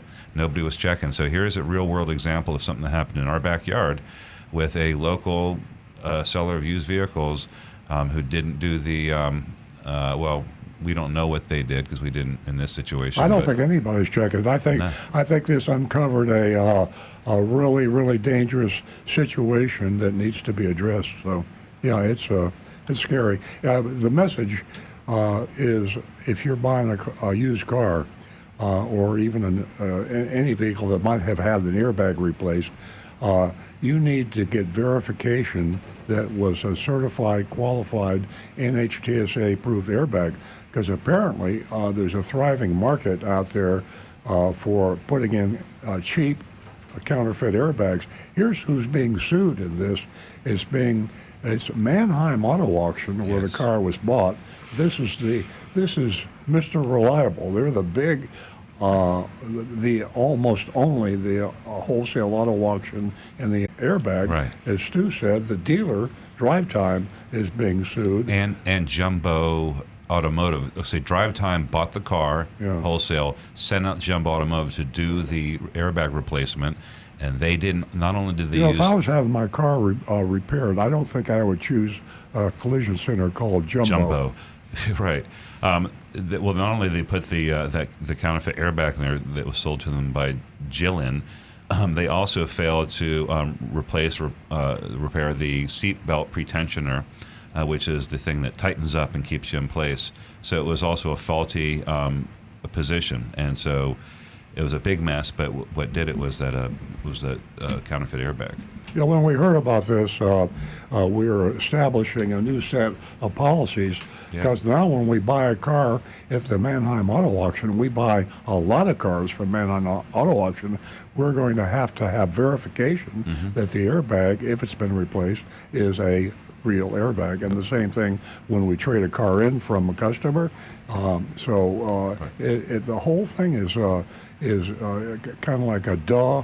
Why didn't we think about this before? Well, we're speaking with our service and body shops for a way to be able to identify these things every time we see a vehicle come in. Yeah, and we haven't been doing it. Nobody's been doing it, so we got a whole new thing to worry about now. It's not a huge problem because not that many airbags are replaced, but the problem is you don't know when. When you put an airbag in, you can't see it. It's gone. You know, you can check the wiring, and you should. That's part of the checklist of the things that we should be checking now before you buy a car with a replaced airbag. Man, Enterprise is getting sued too. Yeah. I forget because they said they should have taken it out of service. They were renting the car. Yeah. Yeah. Mannheim, Drive Time, Jumbo, and then wow, it's a big mess. Okay, I think. Oh, here's a good one. This is from Bob. He says he has a question. Good morning. In reference to the maximum tire pressure, if you fill your tires to the max, like we said, the one not in the door jam on the tire. He goes, if you fill it to that maximum pressure, in South Florida, wouldn't the summer heat, would the pressure exceed the recommended? No, it will. Right. But the tire manufacturers take that into account, and they tell you that when you fill the tire, you should be checking it with your tires cold. In other words, the car should not have been driven for at least 1 hour. Okay. So the pressures will be a little bit lower, and they take that into account. Do they take into account cold in Florida is 110 degrees? And they do take that into account as well, because they even prepare for, just in case, like if you're going through Death Valley or the middle of Nevada with the heat there. Yeah, that's good. That's good to know, and I like that with planes too. That basically the envelope of tolerances are way beyond what you would normally operate them in. Oh, absolutely. I mean, when you think about what airplane tires have to go through, that's a huge difference. Okay, let's move on to a text from Richie. He says, recently I had the oil change in my 2020 Avalon XLE 6-cylinder. I chose to use one of the tire company stores because the tire rotation was included in the price. I would have used your car company had that been included in the oil change. They used 0W16 when the car spec is 0W20. Not feeling right about that, I returned and had the shop change out the oil to the OEM 0W20 oil. Should I change it again at 5,000 miles to get all the residue of the 16W oil out of the engine? My question is, how important is that? Can I just wait to the next 10,000 mile mark? And also, is 5,000 or 10,000 miles the better interval to change the oil in newer cars? Thanks, and I appreciate the show. Keep up all the good work. Thanks. The engineers that built that car said, if you run this oil, you're safe at 10,000 miles, and they would have used it for the 0W20. If you had to run 016 in it for a short time, that's not going to hurt anything. And changing it out and going back to the 20, that was the proper way to do it.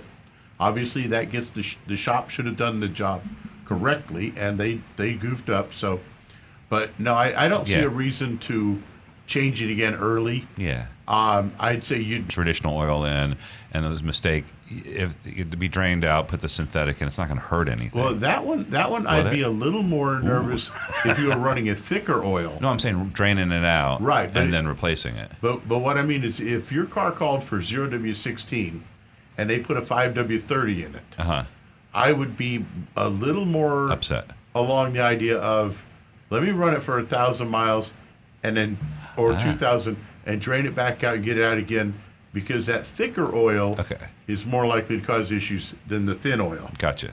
Okay, that makes sense. And let's see, are we caught up here? No, we have Bob also said, good morning. I'm sorry, that was the same question. We are caught up. All right. How about anonymous feedback? I got to go over to the mail because I can't access the actual box anymore. And we didn't have Anne-Marie today?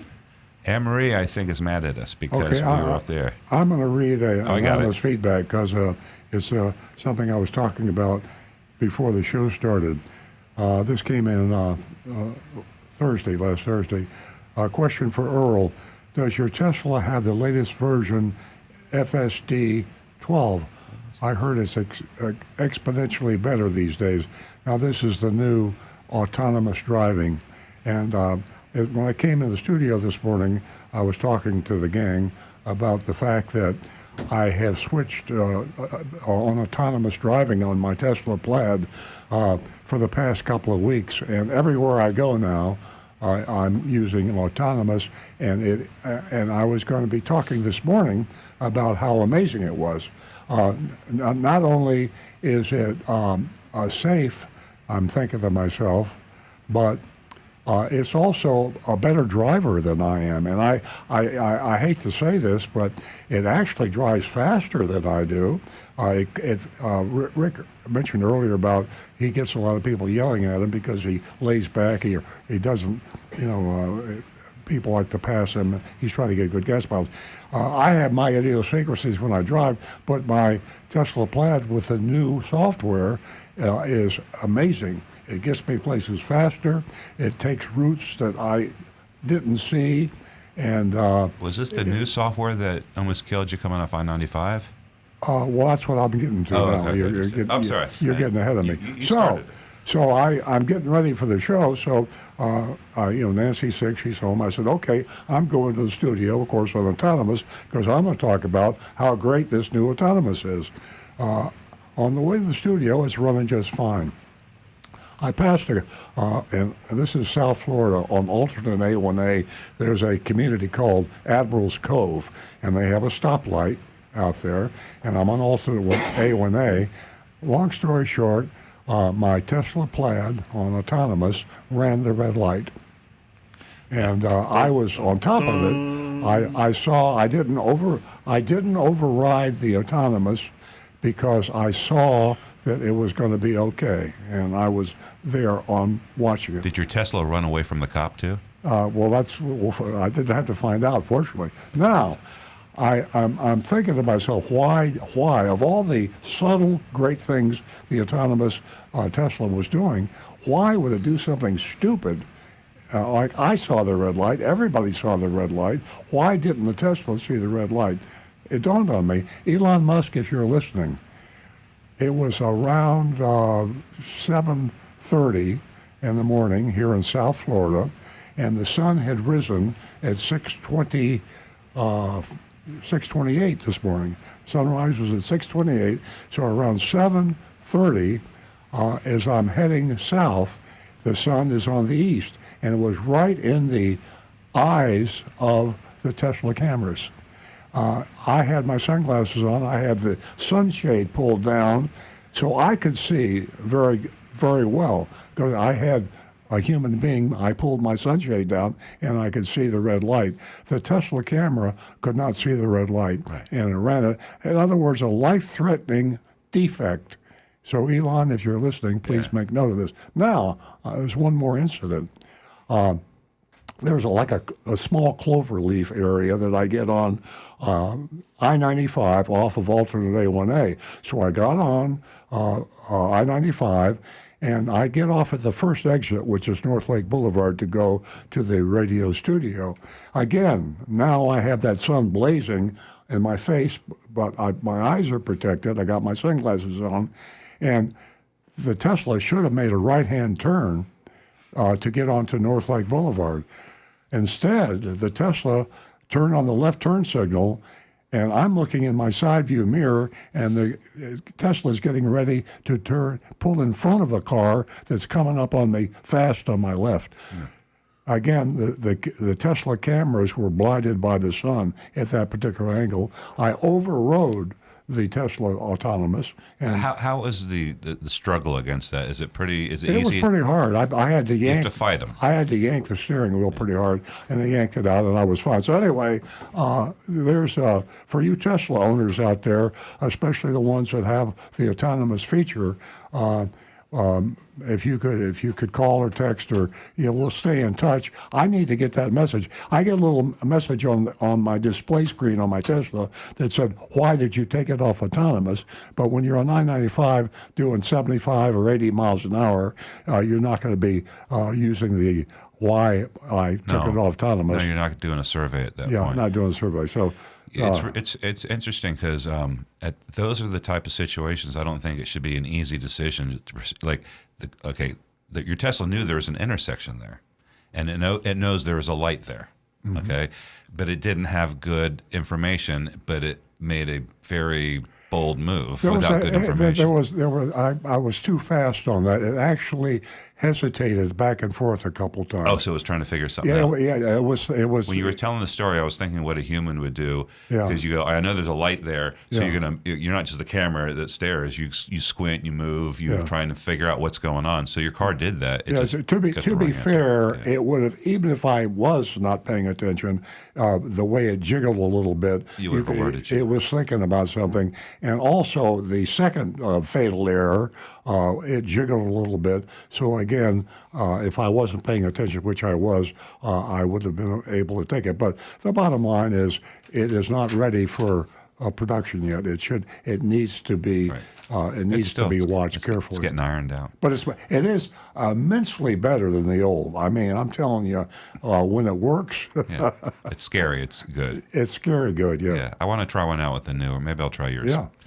All right, well, it is time for our Big Dog Ranch Rescue segment. We are going to feature our sponsored dog of the week. This is Roger. We try to do this every week, and we had Roger ready to go, but we missed a couple of live shows because Earl called in sick.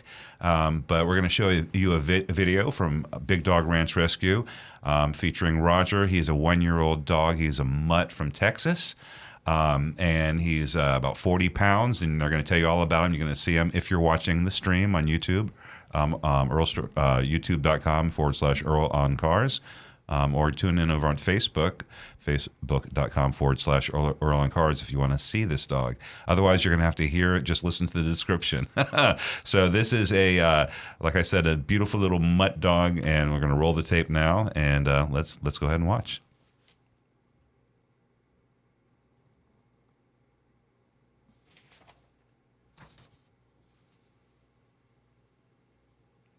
Uh-oh, I don't hear a tape.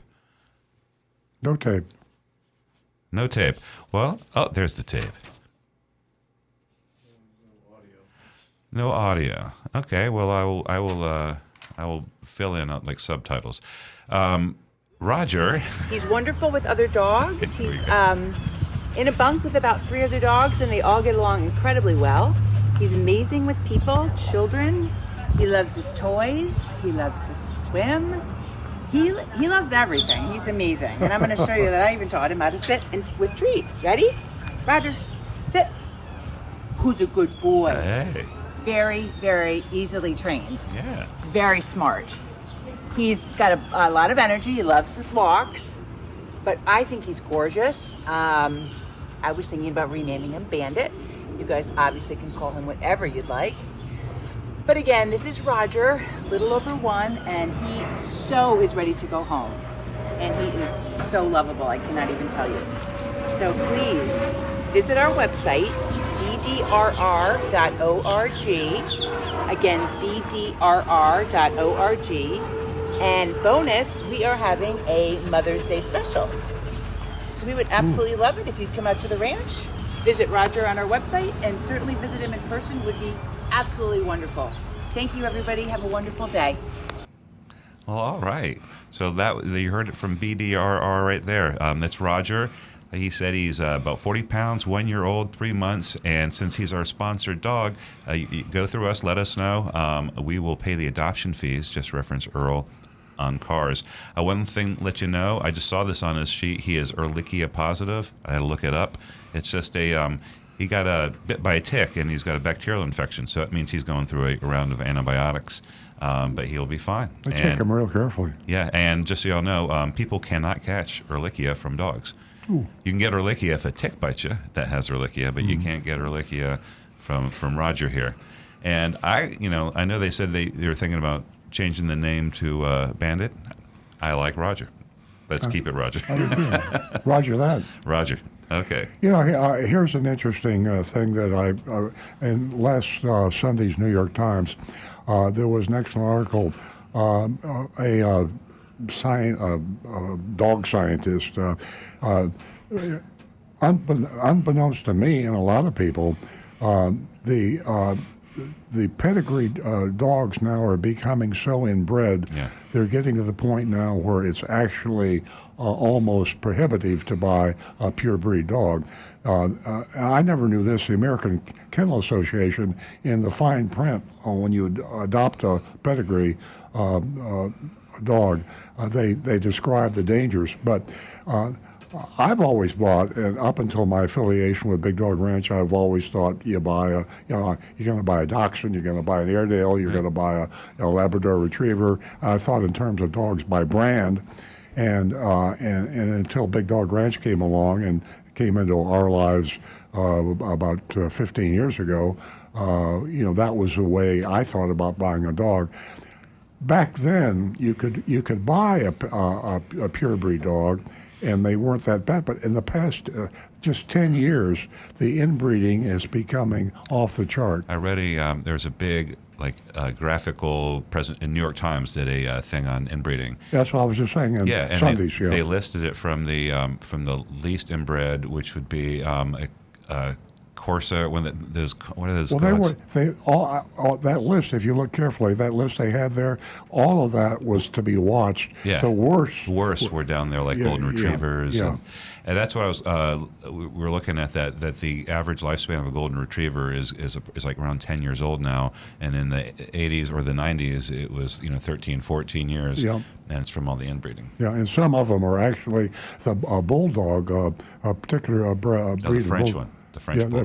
The French bulldog is so inbred that they are actually, they even before they get sold, they have serious problems. Yeah. And so, as just bear in mind, I'm not telling you. I have a lot of friends, a lot of people that do buy. They want a Yorkshire Terrier, they want a Dachshund, they want a Labrador Retriever. I understand that, and it's a very personal thing. But just be aware that if you do, genetically, these dogs are bred, brothers and sisters are commonly bred. And in the human race. What happens there? Yeah, what happens there. So you don't want to have that if you can avoid it. Rick? German Shepherd dogs are known for hip dysplasia. Yeah. And they're like we're always intended the ultimate service and guard dog. Yeah. For police and they're not effective military. now. I've seen pictures. They show a picture of a German Shepherd from 1945 and a German Shepherd now. Their legs they're angled down to the ground. They've completely changed the animal. Yeah, the French Bulldog is amazing. The head of the French Bulldog, they modified it so it would look good at the Westminster Auto or Dog Show.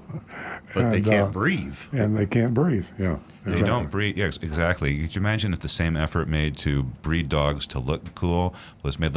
The most healthiest and long-living traits that they could find. They could probably get a dog that lives 50 years. Well, you get somebody like Roger there. That's right. All right. Good healthy mutt. Okay. Yep. Okay. Are we ready for mystery shopping report? So. Yeah. We used to shop at Borsanda every now and then. We haven't in a long time. I'm so glad that we went back. They've been there for a long time. They're just off I-95 and Riviera Beach, Florida. And Ed Morris, as you know, is a chain, getting bigger and bigger. The grandson is the owner now, Teddy Morris. And I think he's up to something like 25, 30 dealerships now. They're really growing fast. Not to mention a couple of Harley dealerships, too. Oh, I didn't know that. Yeah, he owns the one up in Daytona now. I didn't know that. So here we are with Ed Morris, and I'll speak in the first person as if I were Agent Lightning. When I went in to see if they have the morals and ethics and honesty that we're looking for. We'll be grading this show, on the show. We'll ask you listening to text in or YouTube in or communicate with us other than by phone, your score on an A, B, C, or D, F. F, rare. A's are very rare, but we grade on the curve. So if it's an average dealer, which ain't too good, a C. So here we go. I arrived during lunchtime, went up to the customer service girl, smiled, and said hello. I was wondering if anyone is available for me to talk to about getting a new car, I asked. Did you schedule an appointment by chance, she asked. I replied, I have not. She said, okay, no problem, yelled out to a salesman, CB, are you available? CB walked over, greeted me with a handshake, asking, what brings you in today? I had an Accord a few years back, and I'm interested in possibly getting another one, I replied. We headed over to the desk. He asked me if I had a certain color I liked. I pulled up on he pulled up his Honda Accord inventory. I decided on one after seeing their online inventory. CB said, I have to tell you up front that all our vehicles come with a lifetime powertrain warranty. That's a joke.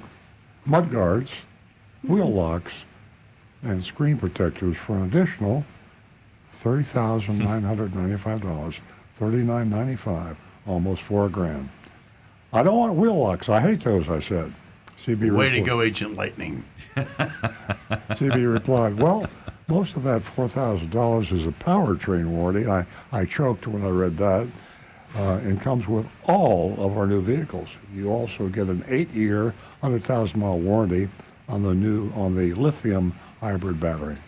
That sounds to me like the factory warranty. So why he would mention that amidst those junk fees, I'm not sure.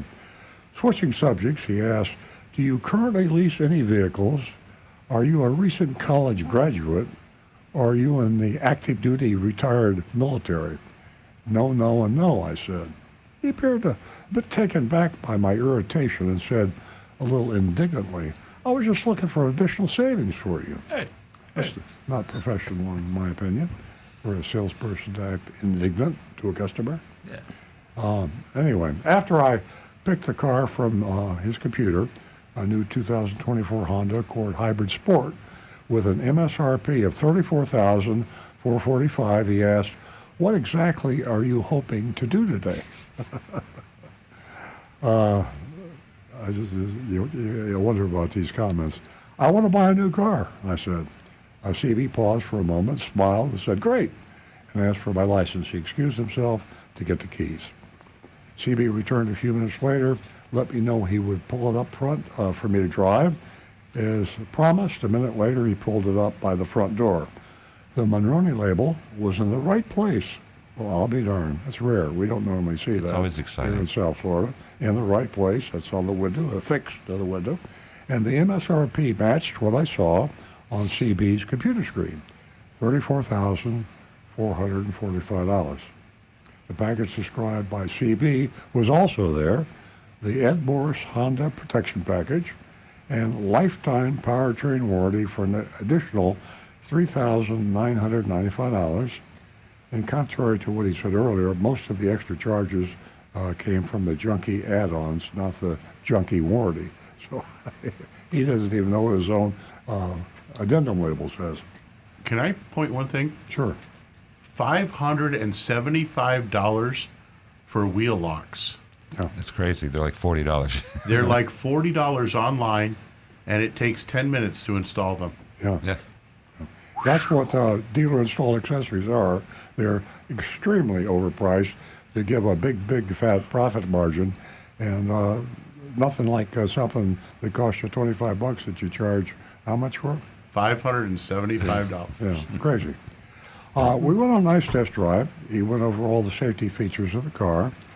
Are there any regular, anyone can get rebates on the car, I asked. CB quickly replied, no, but I'm going to work hard to get you a good price.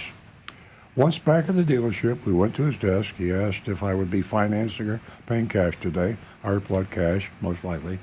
He excused himself to speak with his manager. A few minutes later, CB returned with his sales manager, Raul. That sounds familiar, and I think Raul's been at Honda for quite a while, which is a good thing. Stability when the same person is there for a long time. Usually, car dealerships have extremely high turnover. Raul asked, "What type of price should I show you today?" What type of price? What type of price should I show you? I'd like to see your highest price. I gave a puzzled laugh and said, "Your best one, of course." I'd prefer not to go back and forth, and I want to know my final price. He thanked me for being honest. That's so cheesy. I appreciate your honesty. We didn't thank him for being honest, but he thanked me for being honest and said he'd get that for me in just a few moments. Except for she's not really being honest. No, She's true. pretending to be That's somebody. true. I'm an undercover agent, right? They went away to the sales office or somewhere, probably to the break room, had a cup of coffee, smoked a cigarette. Several minutes later, they returned with Raul saying, we think you'll be happy with the price today. He said they offer several packages and would go over them with me as well. CB presented a laminated sheet of paper titled Ed Morris Honda Preferred Benefit Program Package. He said, all of it is to be optional. Oh. That's a weird typo. It's all optional. All of it's optional. Is be optional, I think I wrote. But he'd like me to choose what I might be interested in. A lot of vagaries here. CB went, that's the name of the game, right? Vagaries. CB went through each item with me one by one. I said no to everything, and then he finally showed me the pricing for the Accord. The top line was MSRP $34,445. And here's this, a whopper of a $200 discount. Hey, and in case you don't realize it, the COVID thing is over, the supply chain interruption is over, prices are down, cars are being sold for substantial discounts from MSRP. So there was a $200 discount. Ooh. But then they added the $3,995 package of the dealer installed accessories, highly overpriced accessories. But then they took off another discount, this time $3,400.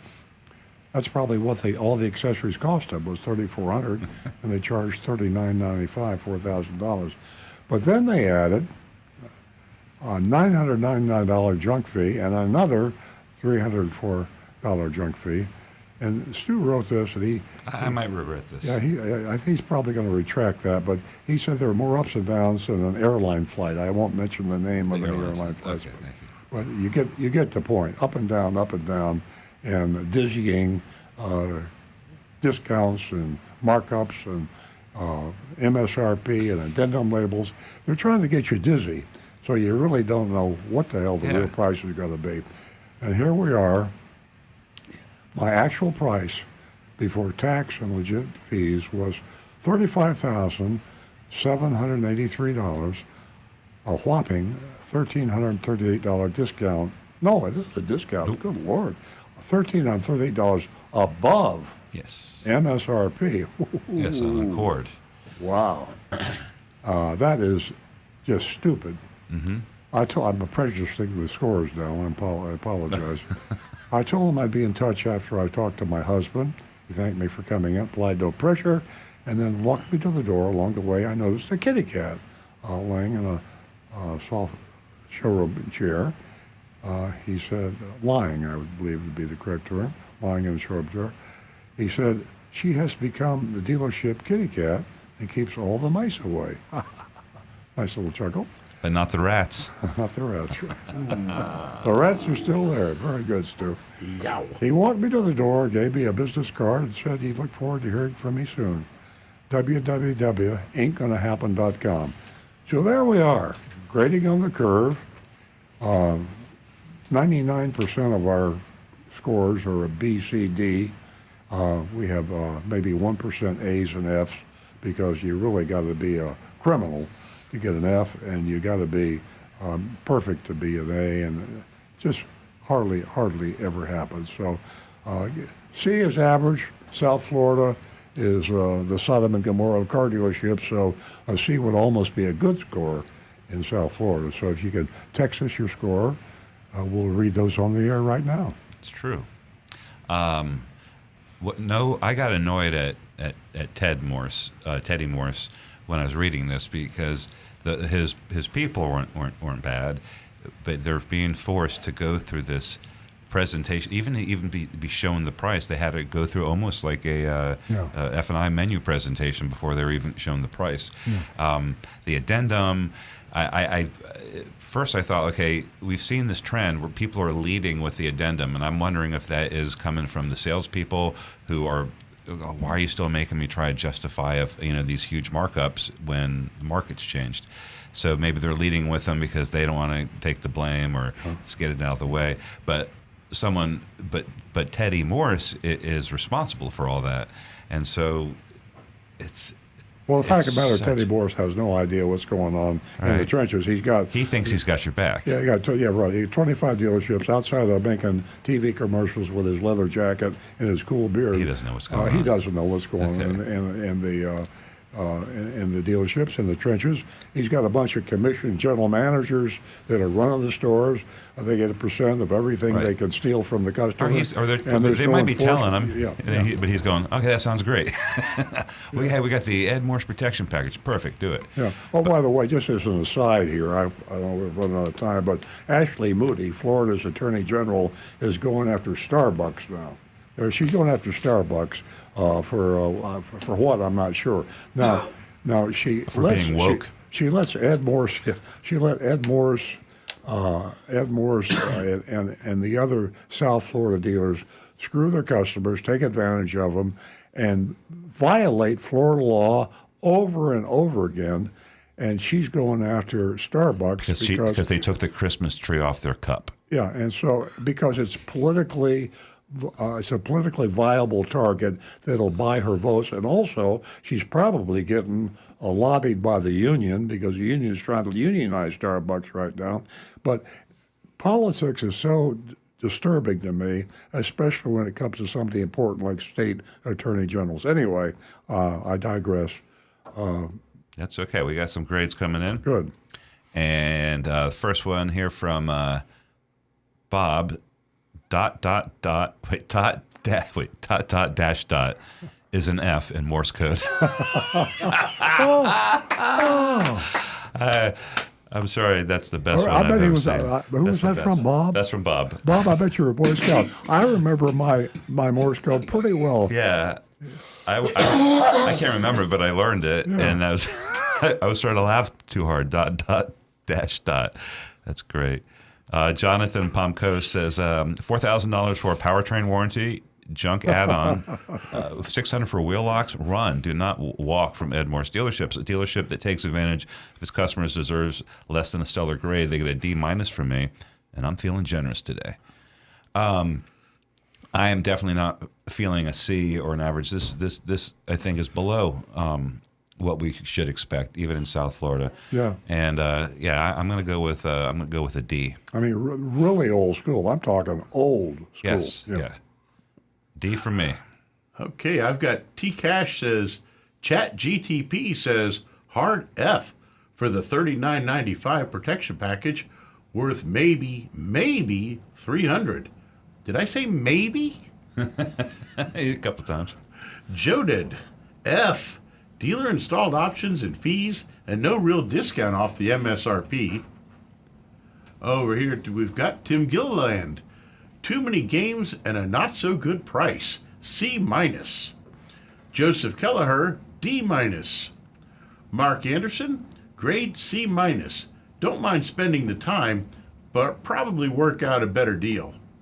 Mark Smith, I give the dealership a D. Tom Steckel, D. Too many games and moving parts. Hard finding an ethical, upfront Honda dealer these days. Johnny Z. Fradley, D. Plain and simple. The Ed Morse protection packages protects you from keeping your money. I love my YouTubers. It's just you think this will get old with me, but I get emotional about this. The problem is that the people that are being fooled are the people that are not informed. This show, we're preaching to the choir. 99% of our listeners out there, and the ones that stream us or whatever, they're actually giving advice. But the people that need the advice don't listen to the show. They don't stream it. They don't know what's going on. The number of people that fall for this whole thing is just a crime. That's why Ed Morse Honda sells a lot of cars. Yeah. I mean, they sell a lot of cars, and they do it this way, and people are paying them thousands of dollars more in profit than they should have to. So, I'm gonna give them. I agree with this too. Would you give them a C-? I give them a D. D. I'm gonna go with a D too. Yeah, shame on them. Shame on Teddy Morse. You live down here, I think. I know you've got too many dealerships around the country, but why don't you? Do you think that remotely that maybe you don't know what's going on in your own stores? Why don't you mystery shop? No, you're too famous. You'll have to have somebody else mystery shop for them. He's very famous. Either that, or take off your leather jacket and mystery shop them, and don't write your motorcycle in because they'll know who you are. Yeah. But shop your dealership, find out what's going on, and if you think I'm lying, sue me. Yeah, All right? you'll make more money. Yeah, Come on. sue me. If you think that what we just said is not true about your car dealership, Yeah. Contact your lawyers. I sued your daddy before. Yeah. Oh, your grandfather. Your grandfather sued But me. wasn't it Ted? No. It was Ted. It was his father. His yeah. father, right. His father sued me. Yeah.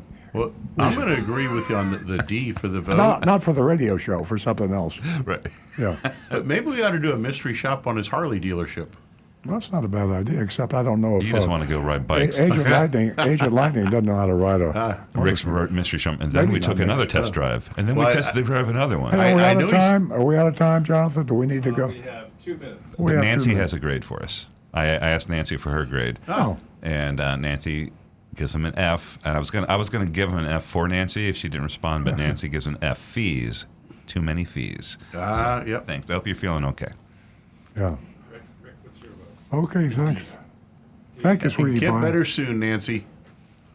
Get better soon, Yeah, Nancy. Yeah, I'm going to go home and heat up some mom's chicken soup for her. There you go. Yeah. Little Vicks Vapor Rub and help her feel better. All right. Okay, I'll just mention one thing, then we'll get off. It's official in the United States Court of Appeals for the Fifth Circuit Court, National Automobile Dealers Association, Texas Automobile Dealers Association versus Federal Trade Commission, petition for review of final trade regulation. And here's my amicus brief Hey. of Earl Stewart Toyota in support of the Federal Trade Commission combating auto retail. And we have one other dealer, J.D. Tomlinson in Gainesville, Florida, who has joined the amicus brief. And so, Wow. In my whole life, I never thought you would do an amicus brief, but now Yeah. that's an accomplishment. CARS, Combat Auto Retail Scams. So we're pushing it, and we need more dealers. When do they Hey, decide? Teddy Morris, how about joining the amicus brief? When does the Fifth Circuit Court of Appeals decide the issue? July, hopefully. All right.